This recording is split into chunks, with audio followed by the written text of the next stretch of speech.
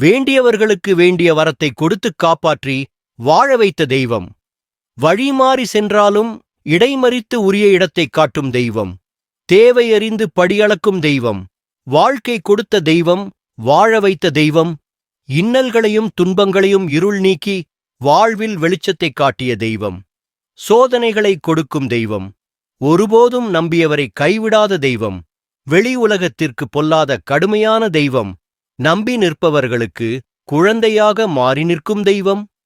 கோபத்தைக் கண்டு நடுங்கினாலும் பாசத்தைக் காட்டி அரவணைக்கும் தெய்வம். 1000 உறவுகள் சுற்றியிருந்தாலும் ஆழ்மனது தேடும் தெய்வம். தெய்வத்தை தெய்வம் என்று அழைப்பது விட அப்பா என்று பாசத்தோடு அழைக்கப்படும் தெய்வம். எந்த உறவாக நினைத்து அழைக்கின்றோமோ அதே உறவாக வந்த அமர்கின்ற தெய்வம். வேள்விகளும் யாகங்களும் வைத்து அழைத்தால் கூட வராத தெய்வம். உண்மையான உள்ளன்பினால் ஏற்றப்படும் ஒரு கற்பூரத்திற்கு வந்து நிற்கும் தெய்வம். யார் இந்த தெய்வம்? உங்கள் ஆழ்மனது இந்நேரம் சொல்லியிருக்கும். யார் அந்த தெய்வம் என்று? யார் என்றும் தெரிந்திருந்தால் சொல்லுங்கள், பார்ப்போம்.